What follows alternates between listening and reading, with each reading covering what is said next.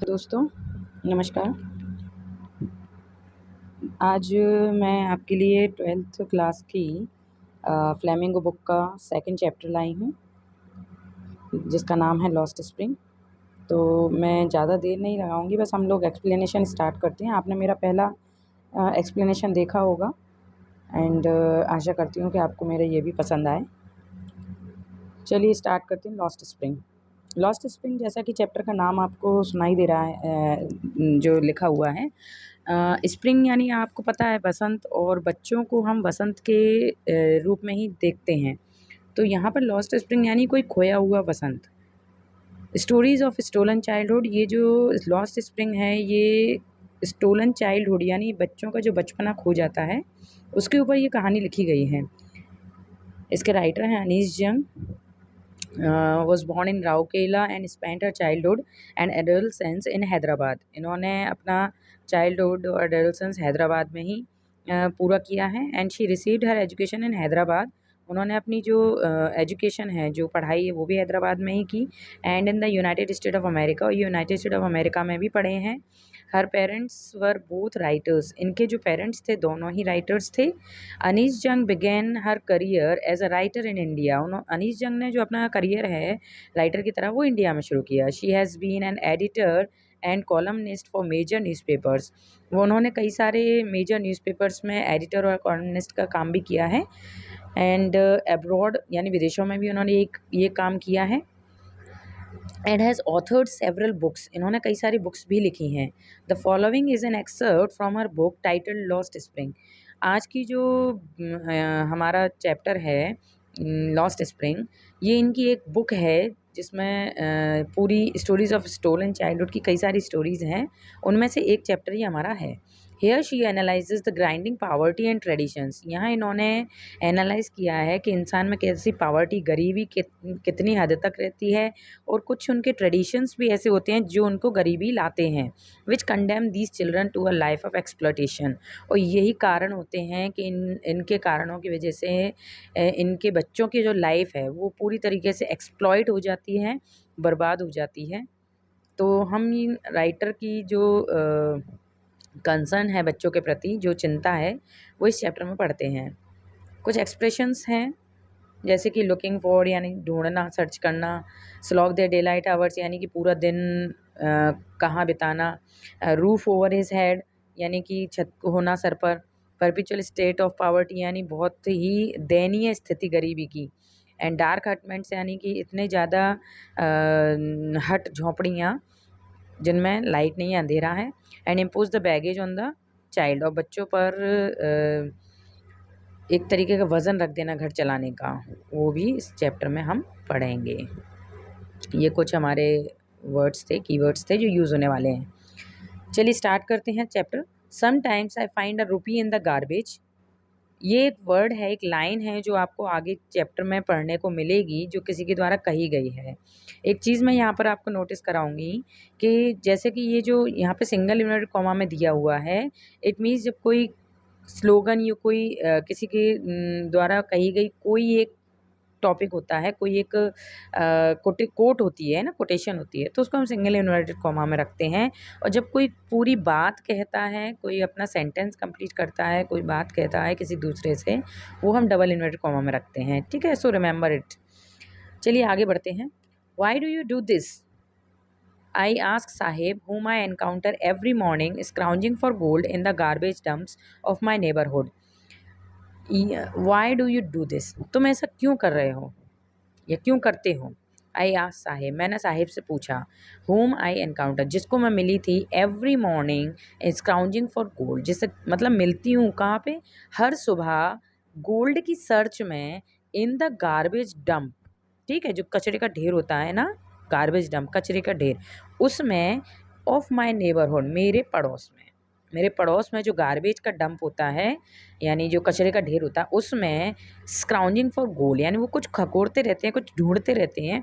अब यहाँ पे उन्होंने गोल्ड कहकर क्या किया है, एक हाइपरबली अपन बोल सकते हैं, मेटाफर बोल सकते हैं, कि उनको चाहने की वाली चीज़, यानी मान लीजिए पैसा ढूंढ रहे हो या कोई और अच्छी चीज़ ढूंढ रहे हो, तो उन्होंने उसका कंपैरिजन किया है गोल्ड से। ठीक है, इस चैप्टर में ज़्यादातर मेटाफर्स ही यूज़ हुए हैं। तो यहाँ पर गोल्ड को उनकी ज़रूरत की चीज़ को कंपेयर किया है गोल्ड से। Sahib left his home long ago, यानी साहिब ने अपना घर बहुत समय पहले ही छोड़ दिया है। Set amidst the green fields of Dhaka, और अब वो कहाँ आके रहने लगे हैं, मतलब जो उनका घर था वो ढाका के ग्रीन फील्ड्स में था। His home is not even a distant memory, लेकिन अब उसका घर उसकी मेमोरी तक में नहीं है। There were many storms that swept away their fields and homes, कई सारे तूफान आए जिन्होंने उनकी फील्ड को, यानी उनके घरों को और उनके खेतों को, सबको जो उड़ा ले गए। बहुत सारे स्टॉर्म, ऐसे तूफान आए जो उनके घरों को उड़ा ले गए। हिज मदर टेल्स हिम, उसकी माँ ने उससे ये कहा है। दैट्स वाई दे लेफ्ट, यही कारण है कि वो लोग अपना घर छोड़कर आ गए। कहाँ से? ढाका से, ठीक है।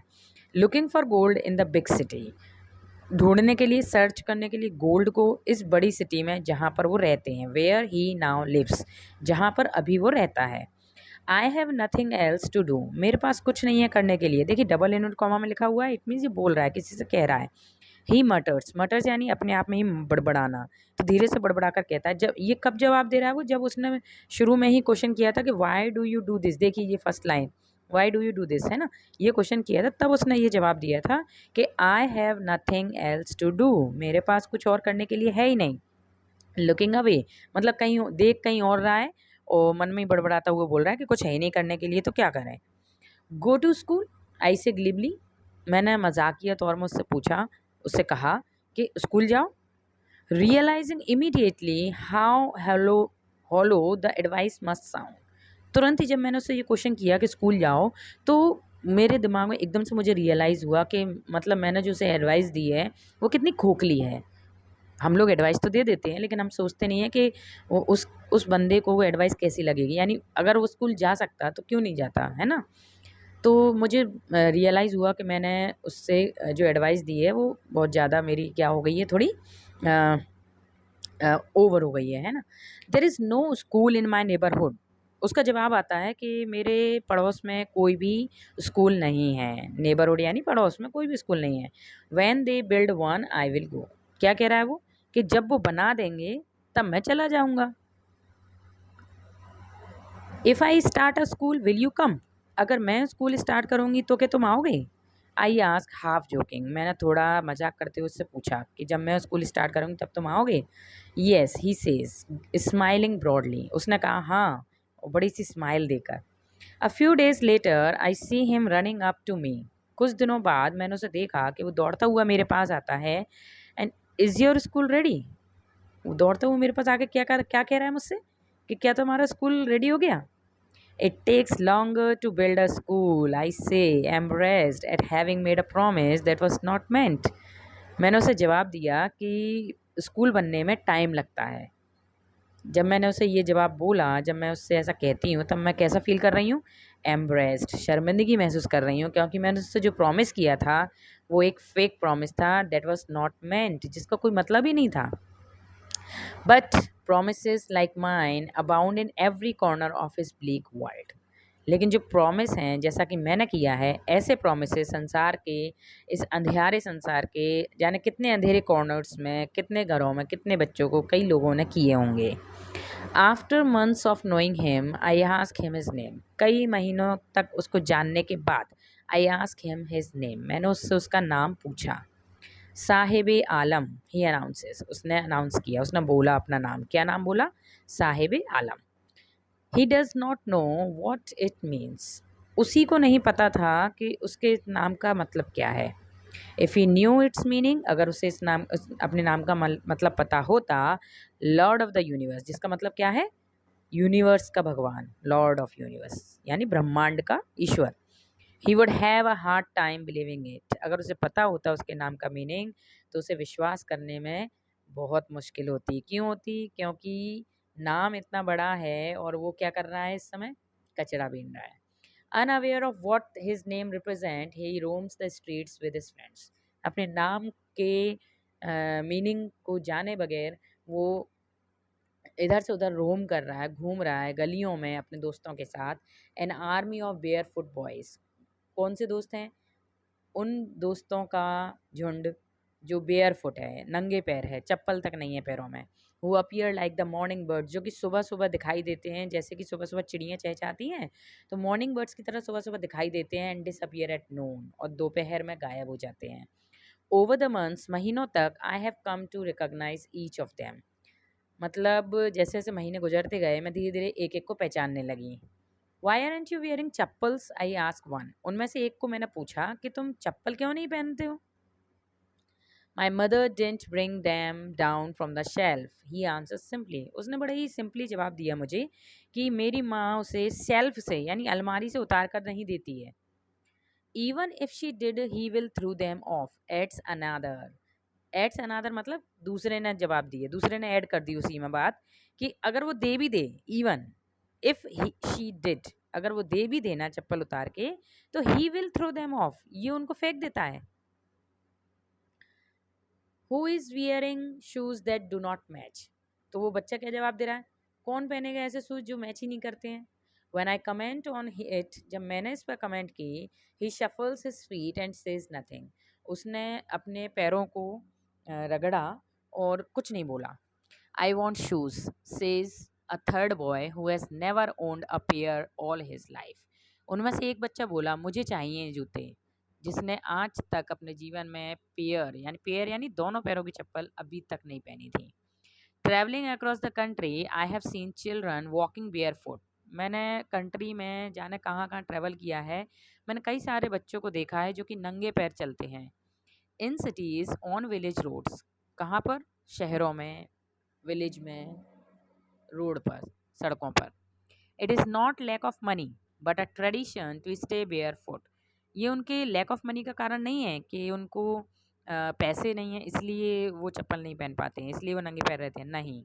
It's a tradition is one explanation, मतलब उनका एक एक्सप्लेनेशन ये भी है कि नंगे पैर रहना हमारा ट्रेडिशन है, हमारा कल्चर है।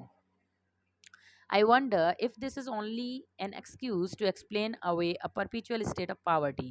मुझे बड़ा आश्चर्य हुआ क्या क्या ये उनकी सिर्फ एक एक्सप्लेनेशन है अपनी गरीबी को छुपाने का, अपनी गरीबी को एक्सप्लेन करने का।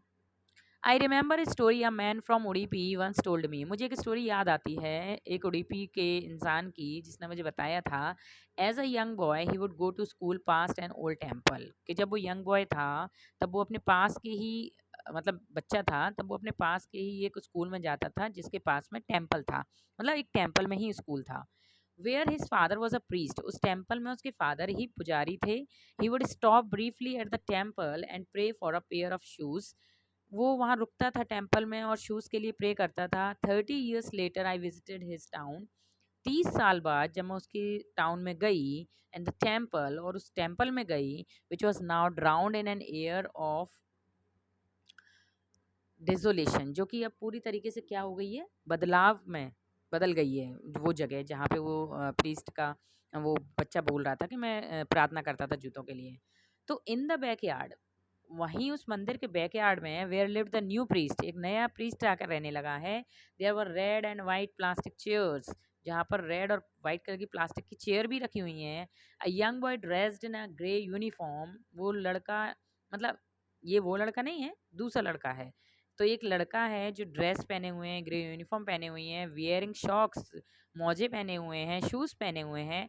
अराइव्ड पेंटिंग, आता है भागता हुआ, पेंटिंग यानी हाँफता हुआ, and through his school bag on a folding bed, और उनके जो कपड़े रख बेड जो बिस्तर रखा रहता है फोल्ड किया हुआ बिस्तर, यानी कि जो गद्दे होते हैं फोल्ड किए हुए, उन पे जाकर वो अपना बस्ता पटक देता है। Looking at the boy I remember the prayer another boy had made to the goddess. उस बच्चे को देखकर मुझे उस इंसान की याद आती है, वो उडीपी वाला जो प्रेयर करता था कि मैं भी स्कूल जाऊं और मैं भी जूते पहनूं। तो मुझे याद आता है उस गॉडेस के सामने कि उसने प्रेयर मंजूर कर ली है कि चलो वो नहीं लेकिन दूसरा बच्चा आज इतने समय बाद वो सारी चीज़ें हासिल कर चुका है। When he had finally got a pair of shoes, उस बच्चे को तो पेयर ऑफ शूज़ मिल चुके हैं। Let me never lose them, मैं उन्हें कभी खोना नहीं चाहती। The goddess had granted his prayer, भगवान ने उसकी प्रेयर मान ली।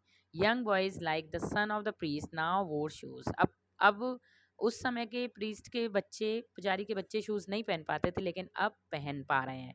But many others like the rag pickers in my neighbourhood remain shoelace. लेकिन कई अदर और बच्चे जो कि रैग पिकर्स हैं, रैग पिकर्स यानी कि कचरा बीनने वाले, जो कि मेरे पड़ोस में हैं, वो आज भी शूलेस हैं। माई एक्वेंटेंस, एक्वेंटेंस यानी जिनको हम कम जानते हैं बट कम जानते हैं। तो मैं थोड़ी बहुत जान पहचान जिससे होती है उसे एक्वेंटेंस कहते हैं। तो my acquaintance with the bare foot rag pickers leads me to Seemapuri. My acquaintance with the bare foot rag pickers leads me to Seemapuri. वो जो मेरे जान पहचान वाले हैं, वो जो नंगे पैर हैं, रैग पिकर हैं, कचरा बीनने वाले हैं, वो मुझे बताते हैं, लीड्स मी मतलब मुझे बताते हैं, कहाँ के बारे में मुझे ले जाते हैं, वहाँ की खबर सुनाते हैं। कहाँ की? सीमापुरी की। Seemapuri a place on the periphery of Delhi. Seemapuri कहाँ की जगह है? दिल्ली के पास, यानी दिल्ली नहीं बोलेंगे कि दिल्ली में है, दिल्ली के आसपास जितनी भी झुग्गी झोंपड़ियाँ हैं, वहाँ दिल्ली की एक तरीके से बाउंड्री के अंदर, ठीक है, periphery of Delhi, yet miles away from it, जो कि दिल्ली से बहुत दूर है। मेटाफोरिकली, यहाँ पे मेटाफोरिकली तो मेटाफर यूज़ हुआ है क्योंकि ये ज़्यादातर इसमें क्या है, कंपैरिजंस किए गए हैं। तो फिगर ऑफ स्पीच यूज़ की गई है ना, अलंकार जिसको बोलते हैं इंग्लिश में, वो यूज़ किए गए हैं। Those who live here are squatters who came from Bangladesh back in 1971। वो कह रही हैं कि यहाँ पर जो लोग रहते हैं ना, वो बांग्लादेश से आए हुए हैं, जो कि 1971 में बांग्लादेश से भागकर आए थे। Saheb's family is among them, Saheb की फैमिली भी उनमें से एक है। Seemapuri was then a wilderness. उस समय सीमापुरी पूरी खाली डली हुई थी, जंगली इलाका था। It still is, it still is, but it is no longer empty. मतलब जंगली इलाका तो आज भी कहेंगे हम उसे, लेकिन आज वो खाली नहीं है। इन स्ट्रक्चर्स ऑफ मड, उसमें मड यानी लकड़ी के स्ट्रक्चर बने हुए हैं। विथ रूफ ऑफ टिन, जिन पे छत डली हुई है टिन की, जो चद्दर की आती है ना, तारपुलिन की, वो डली हुई हैं। डिवॉइड ऑफ सीवेज, सीवेज का कोई नामो निशान नहीं है, यानी पानी का निकासी का कोई वो नहीं है, ड्रेनेज का नहीं है। सीवेज यानी कि लेटरिन बाथरूम का कोई दिक्कत, कोई भी साधन नहीं है, ड्रेनेज का कोई साधन नहीं है, और रनिंग वाटर यानी घर का जो फैलता हुआ पानी है, जो रनिंग वाटर है, उसका भी कोई वहाँ पे व्यवस्था नहीं है। लिव 10,000 रैग पिकर्स, वहाँ पर कितने रैग पिकर रह रहे हैं? 10,000 रैग पिकर वहाँ रह रहे हैं। कहाँ पर? सीमापुरी में। They have lived here for more than 30 years without an identity. वो यहाँ पर रह रहे हैं करीब 30 साल से बिना किसी आइडेंटिटी के। Without permits but with ration cards, बिना परमिशन के, लेकिन राशन कार्ड उन पे हैं। अब आप यहाँ पे कहेंगे परमिशन नहीं है, राशन कार्ड कैसे मिल गए? तो मैं एक आपको बात बता दूं कि देखिए, राशन कार्ड मिलना आसान है, परमिशन मिलना कठिन है। परमिशन यानी आप यहाँ के नेटिव, यहाँ के रहने वाले हो या नहीं, ठीक है, सिटीज़न हो या नहीं भारत के। और एक नॉर्मल जो आप बाहर से आकर रह गए, रिफ्यूज़ी हो, लेकिन आपको खाना-पीना तो दिया जाएगा ना, तो वो खाना-पीना कहाँ से दिया जाएगा? वो राशन कार्ड के द्वारा दिया जाएगा। तो राशन कार्ड सबके पास थे, and that get their names on voters, और उन्होंने अपने राशन कार्ड की मदद से अपने नाम भी वोटर लिस्ट में चढ़वा लिए थे।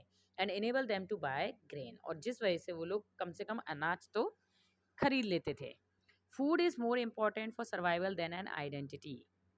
ये बंदे ने बोला है किसी ने कि भाई खाना ज़्यादा इम्पोर्टेंट है बजाय आइडेंटिटी के। पहचान भले ही ना मिले, लेकिन खाना मिल जाए। If at the end of the day we can feed our families and go to bed without an aching stomach. देखिए, ये डबल इन्वर्टेड कॉमा स्टार्ट हो गया, इट मीन्स फिर ये कोई बोल रहा है, ठीक है। अब कौन बोल रहा है अपन को बाद में पता चलेगा। यहाँ पे वो क्या बोल रहा है ये सुनिए। वो कह रहा है कि if at the end of the day, अगर दिन के अंत में we can feed our families, हम अपनी फैमिलीज को खाना खिला पाते हैं, and go to bed without an aching stomach, और बिना भूखे पेट हम सो पाते हैं, we would rather live here than in the fields, तो फिर हम जरूर यहीं रहेंगे बजाय फील्ड्स के। वहाँ मत, फील्ड्स कौन सी? बांग्लादेश की फील्ड जहाँ वो रहते थे। That gave us know grain, क्योंकि उन फील्ड में रहने से क्या फ़ायदा जहाँ पर हमको खाना ही नहीं मिलता, ग्रेन नहीं मिलता, अनाज नहीं मिलता। से a group of women in tattered sari when I asked them why they left their beautiful land of green field and river. देखिए, मैंने कहा था कोई बोल रहा है, तो देखिए ये कौन बोल रहा है? ये उन ग्रुप ऑफ वुमेन में से एक वुमन बोल रही है, यानी जो औरतों का झुंड है उनमें से एक टैटर्ड यानी सुकड़ी सी साड़ी पहनी हुई है एक औरत, वो बोल रही है। कब बोल रही है वो ये बात? जब मैंने उनसे पूछा कि आप लोग अपने ग्रीन फील्ड्स और रिवर्स को छोड़कर, इतनी सुंदर धरती ज़मीन को छोड़कर यहाँ क्यों आए हो? तब उन्होंने जवाब दिया कि सुंदर धरती ज़मीन का हम क्या करेंगे अगर खाने के लिए ना हो, ठीक है? Wherever they find food, they pitch their tent and that become transit home. जहाँ-जहाँ उन्हें खाना मिलेगा वो अपना टेंट उठा के चल देंगे और अपने घर ट्रांसफ़र कर लेंगे। Children grow up in them, और बच्चे ऐसे ही माहौल में बड़े होते रहेंगे। बिकमिंग पार्टनर इन सर्वाइवल, उनके सर्वाइवल में यानी उनकी जीवन यापन में वो भी उनके हिस्सेदार बनते रहेंगे। And survival in Seemapuri means rag picking, और सीमापुरी में सर्वाइवल का मतलब है, जीने का मतलब है कचरा बीनना। Through the years it has acquired the proportions of a fine art. कई सालों तक ये इन लोगों का जो रैग पिकिंग का काम है ये एक फाइन आर्ट बन जाता है, क्योंकि सालों से कर रहे हैं तो इनको इसमें भी महारत हासिल है। अभी अपन लोग अगर जाके कचरा बीनने या ढूंढने बैठें तो अपन दिन भर हो जाएगा कचरा ढूंढते हैं, कुछ मिलेगा ही नहीं। लेकिन उन लोगों को कचरा कचरा बीनने का एक आइडिया है, क्योंकि कई सालों से बीन रहे हैं तो उन्हें पता है कि कौन सी चीज़ काम की है कौन सी नहीं है। Garbage to them is gold, जो कचरा है वो उनके लिए गोल्ड के जैसा है। It is their daily bread, वो उनकी रोजी रोटी है। A roof over their head, उनके सर पर छत है। Even if it is a leaking roof, भले ही वो छत कैसी हो, लीक करने वाली, यानी पानी टपक रहा हो भले ही उसमें, लेकिन छत है। But for a child it is even more, लेकिन ये इंसानों के लिए ये सारी चीज़ें, लेकिन बच्चे के लिए ये इन सब से कहीं ज़्यादा बढ़कर है। अब बच्चे के लिए कहीं ज़्यादा बढ़कर कैसे है, ये अभी देखना अपन को समझ में आएगा।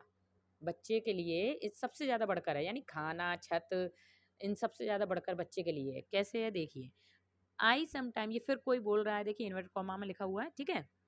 पता करेंगे कौन बोल रहा है। आई समटाइम्स फाइंड अ रूपी, इवन अ 10 रुपी नोट। साहिब सेज, कौन बोल रहा है ये? साहिब बोल रहा है। हिज आईज लाइटिंग अप, उसकी आंखें चमक, मतलब जब हम कोई खुशी की बात बताते हैं ना तो हमारी आंखों में चमक दिखाई देती है। तो ऐसी साहिब की आंखों में भी चमक दिखाई दे रही है। और क्या कह रहा है वो, कि कई बार मुझे 1 रुपये मिल जाता है और कई बार 10 रुपये मिल जाते हैं। किसमें? उस ढेर में। When you can find a silver coin in a heap of garbage, you don't stop scrounging. ये राइटर अपन से कह रहा है कि जब आपको अगर किसी कचरे के ढेर में सिल्वर का कॉइन मिल जाए, ठीक है, चांदी का सिक्का मिल जाए, तो आप ढूंढना बंद नहीं करोगे। आप, for there is hope of finding more, क्यों नहीं बंद करोगे खोजना? आपको लगेगा शायद एक हाथ और मिल जाए, एक हाथ और मिल जाए, तो इस खोज में आप खोजते रहोगे। It seems that for children, garbage has a meaning of different from what it means to their parents. इससे पता चलता है कि बच्चों के लिए गार्बेज का मीनिंग डिफरेंट है जो उनके पिता के लिए, माता पिता के लिए है। For children it is wrapped in wonder, बच्चों के लिए जो कचरे का ढेर है ना वो क्या है? रैप्ड इन वंडर, यानी एक जादू की पुड़िया है। For the elders it is a means of survival, और बड़ों के लिए तो ये क्या है? मीन्स ऑफ सर्वाइवल, यानी जीने का एक साधन है, जीविका कमाने का साधन है। One winter morning I see Saheb, एक सुबह मैंने साहिब को देखा। Standing by the fenced gate of the neighbourhood club, खड़ा हुआ था एक फेंस्ड गेट पर। फेंस्ड गेट मतलब जो जालीदार गेट होते हैं, चारों तरफ बंद रहते हैं, उसके पास मैंने पड़ोस में क्लब में देखा। Watching two young men dressed in white, दो आदमियों को देख रहा था वो, जो कि वाइट ड्रेस पहने हुए थे। प्लेइंग टेनिस, क्या कर रहे थे? टेनिस खेल रहे थे। आई like the game. He hums, hums यानी जैसे मधुमक्खियां भिनभिनाती हैं ना धीरे धीरे, ऐसे धीरे से बोला, मुझे में खेलना है। आई लाइक द गेम, मुझे गेम पसंद है। Content to watch it standing behind the fence, अपने आप को सेटिस्फाइड कर रहा था फेंस के पीछे खड़ा होकर, केवल देख कर ही, मतलब उस गेम को देख कर ही वो अपने आप को सेटिस्फाइड कर रहा था कि गेम उसे पसंद है। I go inside when no one is around, he admit, वो इस बात को भी एडमिट करता है, इस बात को भी मानता है कि अगर यहाँ पे कोई नहीं होगा ना आसपास तब मैं अंदर जाऊँगा। The gatekeeper lets me use the swing, जो गेट कीपर है ना वो मुझे क्या करने देगा? स्विंग, झूला झूलने देगा। Sahib two is wearing tennis shoes that look strange over his discolour shirt and short, Sahib मतलब आज साहिब भी टेनिस शूज़ पहने हुए हैं, वो जो कि बहुत अजीब लग रहे हैं उसकी डिस्कलर शर्ट के ऊपर, यानी ऐसी शर्ट पहने हुए हैं ना, जो अब बेचारा गरीब है तो कोई ऐसी खराब सी शर्ट पहने होगा, तो कह रहे डिस्कलर शर्ट के ऊपर उसके वो शूज़ कैसे लग रहे हैं? अजीब लग रहे हैं, स्ट्रेंज लग रहे हैं। Someone gave them to me. उसने क्या जवाब दिया? किसी ने दिए हैं मुझे ये। He says in the manner of an explanation. किस तरीके से कह रहा है वो? कि कोई ये ना कहने लगे कि तूने चुराए हैं, इसलिए एक्सप्लेनेशन देता हुआ कह रहा है कि मुझे किसी ने दिए हैं। The fact that they are discarded shoes of some rich boy. असलियत ये थी कि वो शूज किसी रिच बॉय के फेंके हुए थे।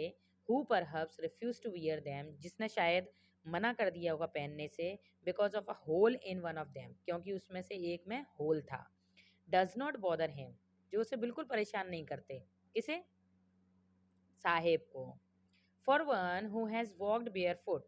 क्यों? क्योंकि वो उस इंसान के लिए बिल्कुल बॉदर नहीं करेंगे। बॉदर यानी परेशान, बिल्कुल परेशान नहीं करेंगे जो बिल्कुल नंगे पैर रहते हैं। नंगे पैर चलने वाले इंसान को अगर जूते में एक छेद हो भी तो क्या फ़र्क पड़ता है?